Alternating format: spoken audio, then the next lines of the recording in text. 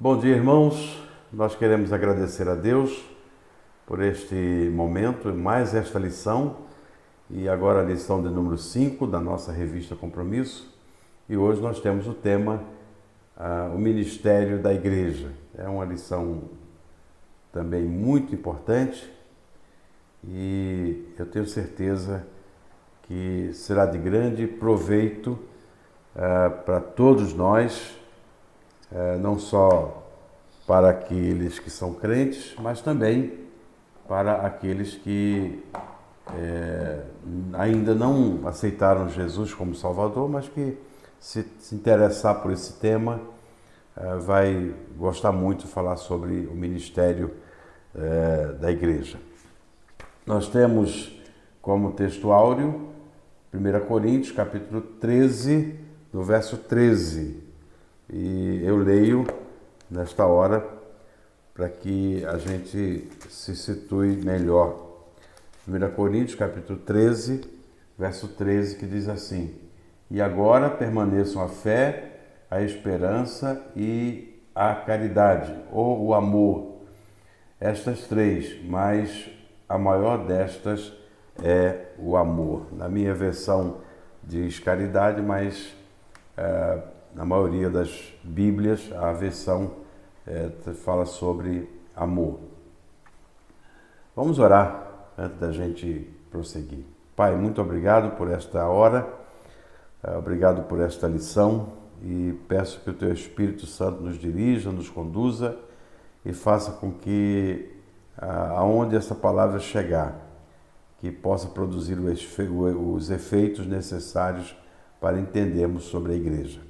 A nossa oração e esta é a nossa gratidão no nome de Jesus. Amém.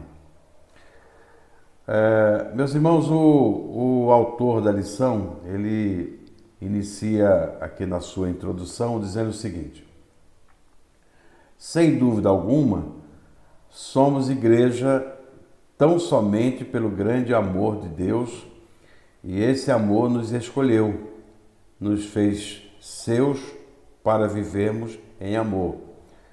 Como lemos em 1 João 2,11, que diz assim: Amados, se Deus nos amou, assim também devemos amar uns aos outros. Então, essa é a primeira palavra do autor, onde ele apresenta dizendo que se somos igreja, nós somos por causa do amor de Deus que foi dado a cada um de nós, e nós sabemos que a maior prova do amor de Deus é a vinda de Jesus Cristo a esse mundo para morrer em nosso lugar.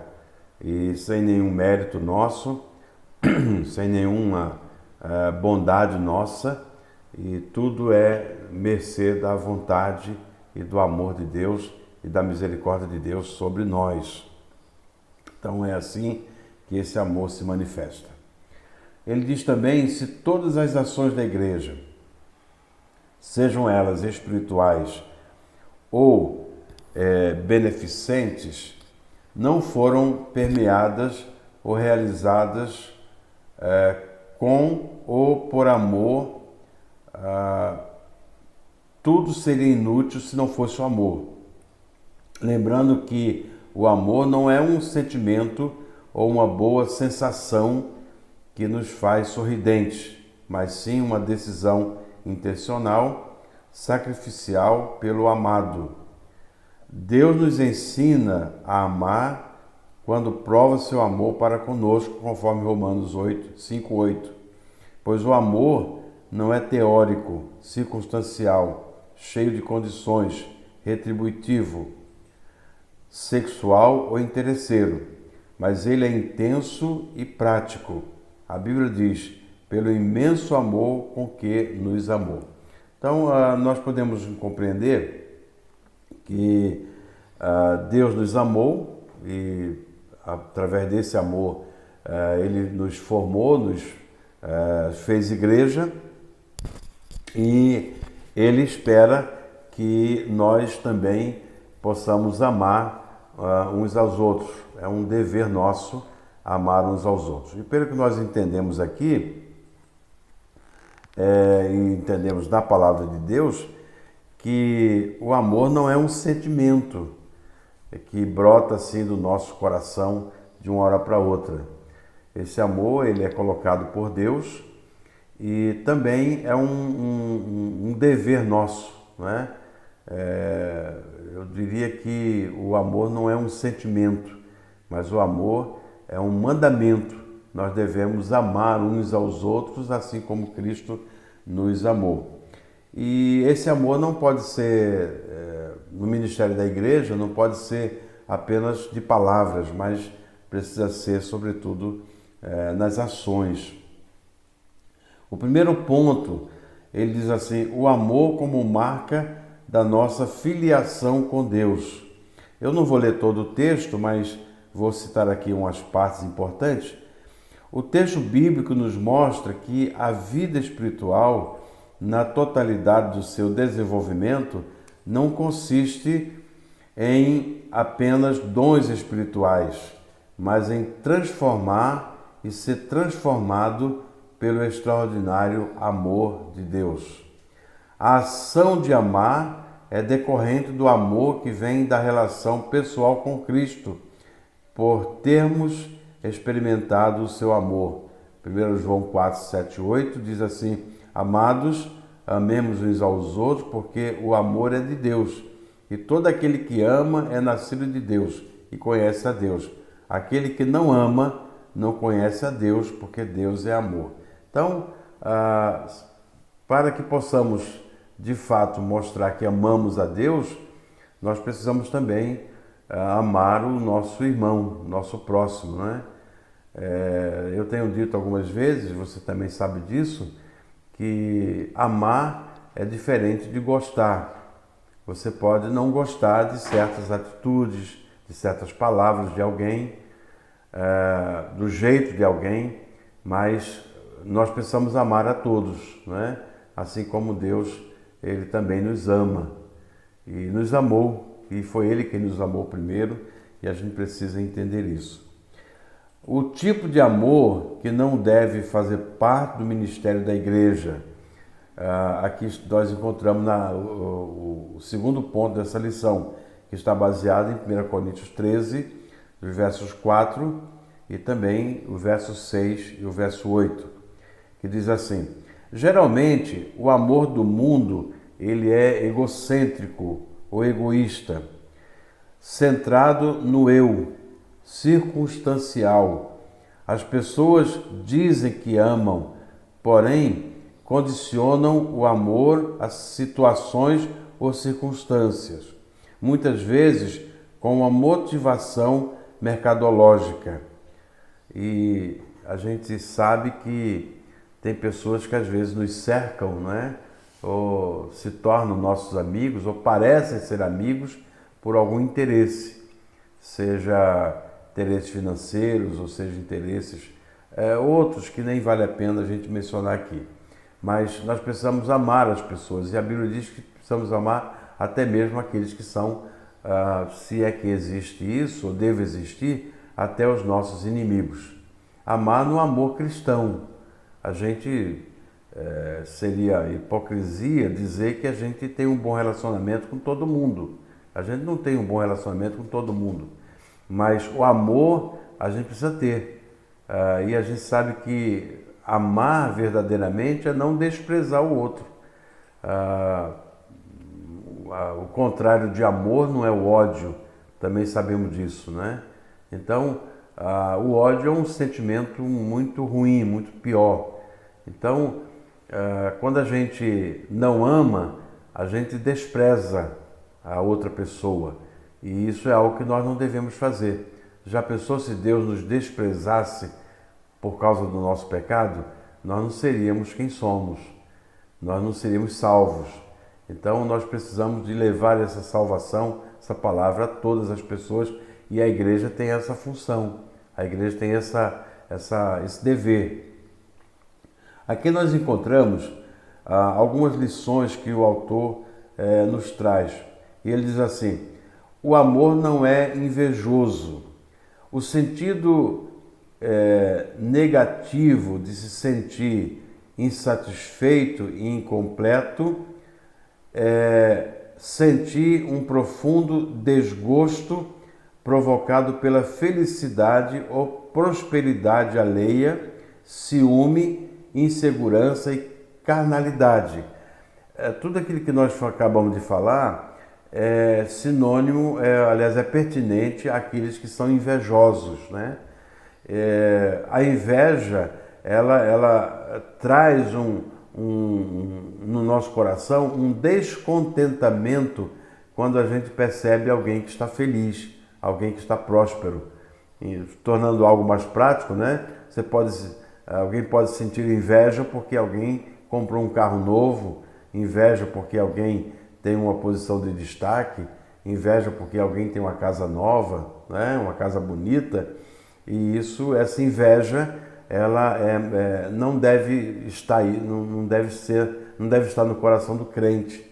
O crente não pode ser invejoso, ele tem que estar satisfeito, feliz com aquilo que ele tem, aquilo que Deus lhe deu.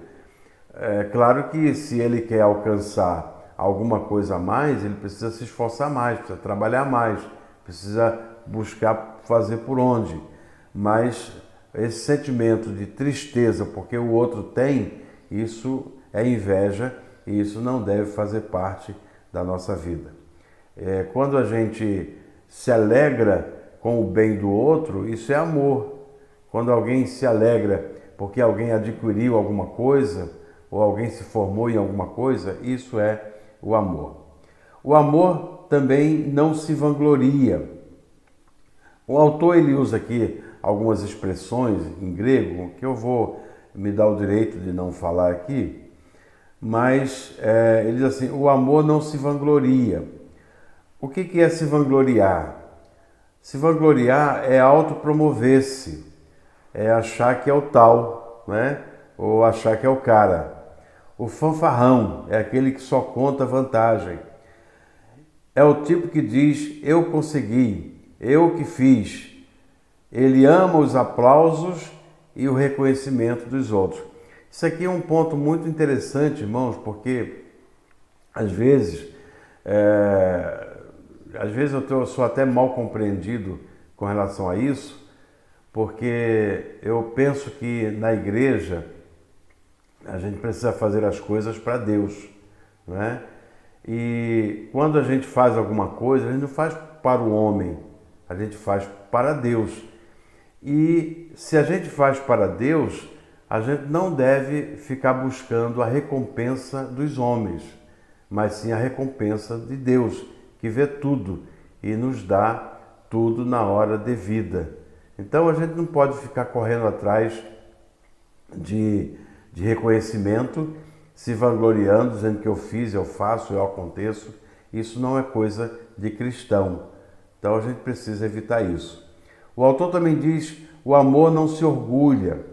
Literalmente, se orgulhar significa gabar-se, esnobar, inchar, excesso de admiração que o indivíduo tem em relação a si. Orgulho é um sentimento de satisfação de alguém pela sua capacidade, ações ou bens. Na verdade, algumas pessoas chamam, né, ou dizem assim, um orgulho santo. É claro que a gente fica satisfeito quando a gente pode fazer alguma coisa que contribui para o bem do outro, naturalmente, mas a gente precisa não ficar orgulhoso por causa de determinadas coisas, porque na verdade o orgulho não é de Deus, não é? Tudo que nós fazemos, tudo que nós alcançamos, precisamos acreditar a Deus a nossa vitória.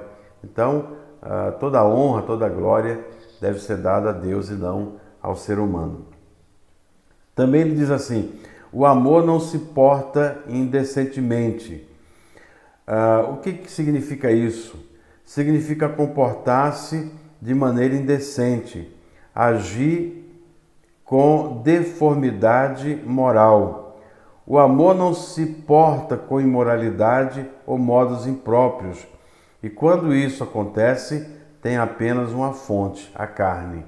Então, nós sabemos perfeitamente que a nossa vida deve ser uma vida pautada na palavra de Deus, dirigida pelo Espírito Santo de Deus, e que nada fira a nossa conduta, a nossa moral em todos os aspectos, né?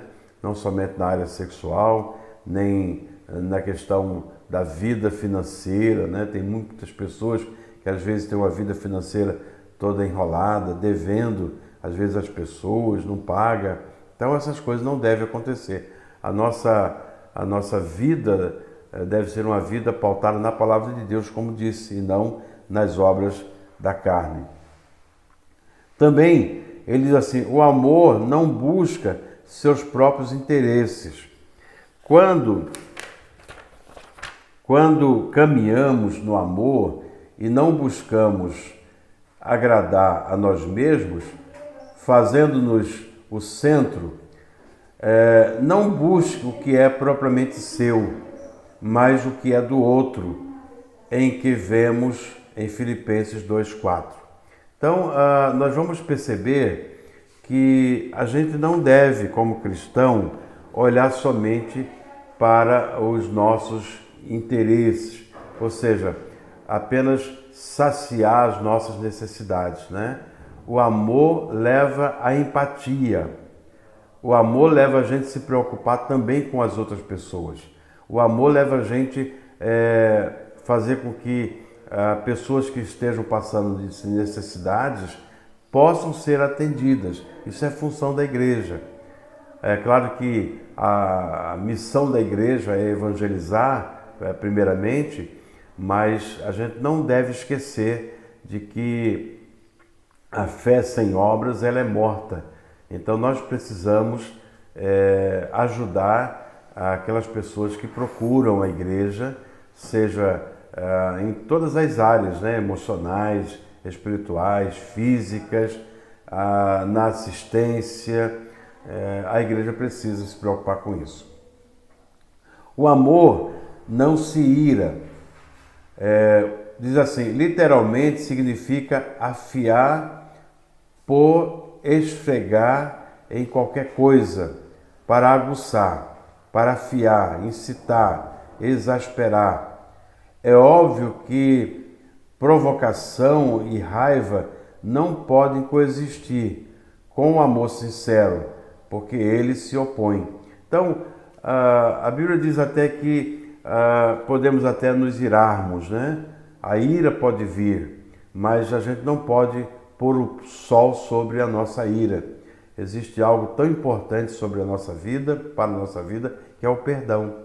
Às vezes uma pessoa nos faz mal, fala alguma coisa que não nos agrada, mas a gente não deve ficar irado e deixar com que a justiça seja feita por Deus e não por nós. Também o amor não se alegra com injustiça. Injustiça, engano, crueldade, maldade, o que não se conforma com o certo, que faz oposição ao que é correto. Tudo que é contra a verdade, isso é injustiça. E olha, nós vivemos num mundo muito injusto, né? Quando a gente vê muitas pessoas passando necessidade. Eu vejo, por exemplo, uma injustiça quando eu vejo pessoas gastando milhões de dinheiro, de milhões de reais numa coisa que não tem o menor sentido, e às vezes pessoas que estão passando fome, né? A gente vê, por exemplo, a injustiça social, a gente vê a injustiça quando a gente percebe pessoas ganhando fortunas e outros não ganhando nada, quando a gente vê injustiça no governo, às vezes, nas instituições, e até mesmo injustiça nas igrejas. Isso pode também acontecer. E dentro da nossa casa, né? Quando a gente privilegia algumas coisas em detrimento de outras, isso também pode ser injustiça. Aqui também nós encontramos um outro ponto que diz assim: o tipo de amor que deve fazer parte do ministério da igreja. Que tipo de amor é esse? O amor é uma atitude, decisão e não um sentimento. Está além de gostos e tendências. Ele é a ação benfazeja em prol do outro, sem nada querer em troca. A Bíblia ensina-nos que o amor é a origem e o centro de toda a revelação divina. E se estamos aqui estudando sobre o amor, foi porque Deus nos amou. E ele coloca aqui duas características do amor, algumas características do amor. Primeiro é a paciência. O amor é paciente. A ideia é ter paciência com as pessoas e não com as situações. Veja, irmãos, a gente não pode mostrar concordância com algumas coisas erradas, né? Nós sabemos disso. E até mesmo a gente não pode concordar com certas opiniões. Mas a gente precisa ter paciência em ouvir. Tem paciência às vezes, em aturar, né? Ser longânimo. A gente precisa ter paciência, porque nem todos nós pensamos a mesma coisa, nem todos nós temos o mesmo comportamento. Então, uma das coisas que a gente precisa é paciência. A igreja tem que ser paciente, a família tem que ser paciente, né? Para que as coisas funcionem. Ele diz aqui também, o amor é bom. Outra característica do amor é a bondade. A palavra em grego para bondade é o verbo, e esse verbo é usado no Novo Testamento. Significa mostrar sua bondade, isto é, ser gentil, ser bom, benévolo, mesmo que não seja tratado com bondade. É muito comum, né, a gente, às vezes, querer que as pessoas nos tratem bem para que a gente possa tratar bem. Eu penso que o crente precisa ser bom o tempo todo, né? Mesmo que algumas pessoas não sejam com a gente. Então a gente precisa ter muito cuidado para não tratar as pessoas de maneira como as pessoas nos tratam. E esses têm sido os grandes problemas, né, da vida. Eu sempre exemplifico isso, às vezes por essas brigas, essas confusões e até tragédias que acontecem às vezes no trânsito. E alguém diz assim, poxa, alguém agrediu o outro, matou o outro até por causa de um retrovisor. Não foi pelo retrovisor, foi às vezes pelo desaforo, né? Às vezes pela palavra. E a gente precisa ter essa bondade, né? de perdoar, de ser paciente, de tentar, de alguma maneira, aplacar a fúria do outro. E a gente só pode fazer isso partindo de nós mesmos. Então eu penso que o crente não pode viver como algumas pessoas dizem aí fora, né? Eu dou uma boiada, eu dou um boi para não entrar numa briga e dou uma boiada para não sair. Na verdade, o nosso comportamento deve ser bem diferente disso. A gente deve dar um boi para não entrar e uma boiada para sair da briga, né? E às vezes perder é ganhar. Então, a gente precisa ser bom. Claro que bom mesmo é Deus, a gente sabe disso, mas a gente precisa fazer o melhor possível. O amor sofre tudo, ou tudo sofre. Uma característica usual dessa palavra é suportar em nome de algo maior. Seu foco não está em si mesmo, mas em algo bem maior, no caso da igreja, está em Cristo. Pois assim buscamos nos aperfeiçoar nele, que é a cabeça do corpo chamada igreja. O amor não sofre tudo, o amor não só sofre tudo, mas também o amor em tudo crê. Biblicamente, Crer significa ter fé em Deus e no que revelou em sua palavra. Crer é pôr todas as coisas, todas as suas expectativas de vida em Cristo Jesus. É interessante porque crer em Deus não é somente acreditar nele. Tem muita gente que acredita em Deus, né? Mas crer não é somente isso. Crer é acreditar e depositar nele toda a sua confiança e também obedecer a sua palavra. Então, a palavra que nós encontramos na Bíblia, a palavra de Deus, essa deve ser, sim, obedecida. O amor tudo espera. A ideia é que deve esperar o momento certo. Não ande em ansiedade. A pressa, diz o ditado, a pressa é inimiga da perfeição. O amor, portanto, espera todas as coisas que foram definidas por Deus e nele deposita toda a sua esperança. O amor sabe esperar o momento certo. Sendo assim, não se precipita, não age com impulsividade, mas com resiliência. Ele aguarda o que está por vir. Então, aqui, meus irmãos, diz o amor tudo espera. Se temos amor verdadeiramente a Deus, nós devemos esperar nele a solução para os nossos problemas. E também nós devemos esperar sempre um momento adequado para a solução de alguns problemas pessoais e até com os nossos familiares, né? Porque a gente não sabe esperar. Às vezes a gente quer resolver uma coisa de imediato. E isso também refere-se à igreja, ao ministério pastoral, aos ministérios que nós temos na igreja. Eu já enfrentei algumas dificuldades, porque alguns irmãos queriam uma solução rápida e uma resposta rápida. E nem sempre a gente tem uma solução rápida ou uma resposta rápida para determinados problemas. E eu aprendi que o tempo é a melhor forma da gente solucionar os problemas, porque a gente deixa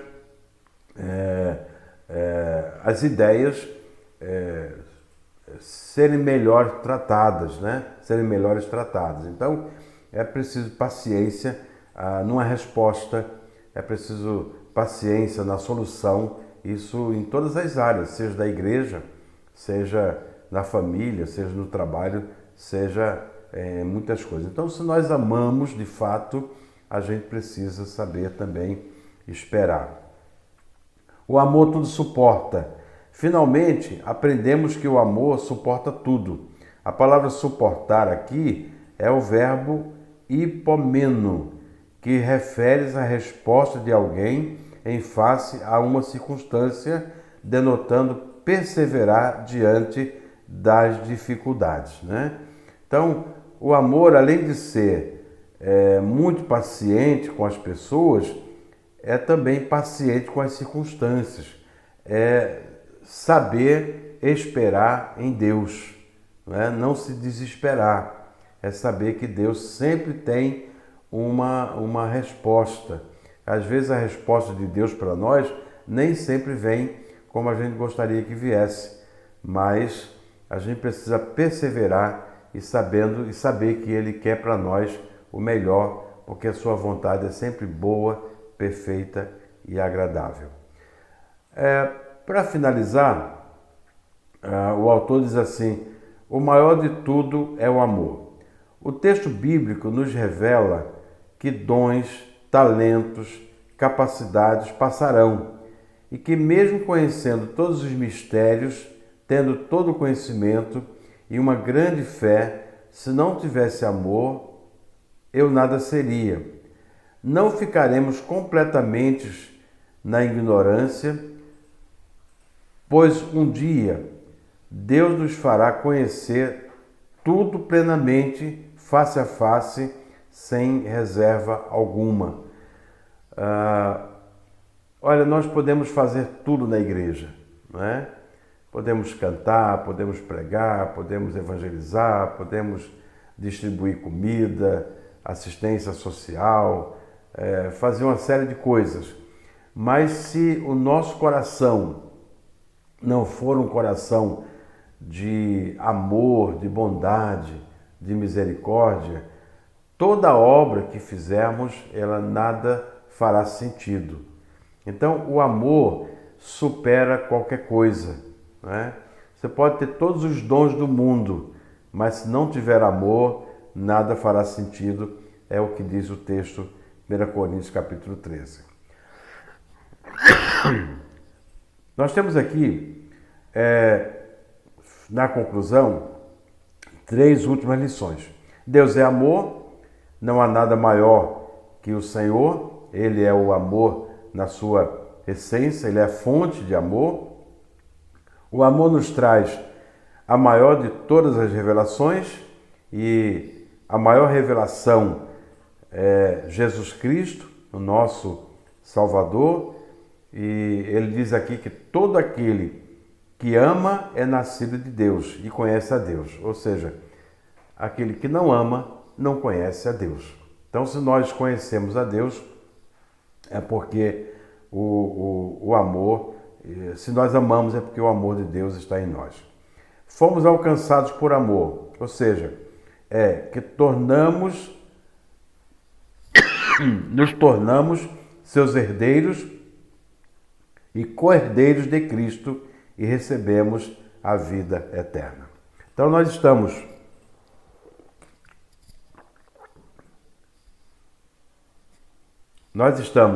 neste final de lição.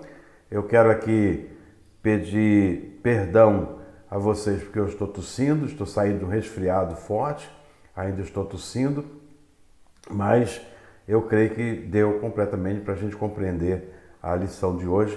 Que Deus abençoe os irmãos e que essa palavra possa ecoar aonde ela chegar e que seja para a glória de Deus.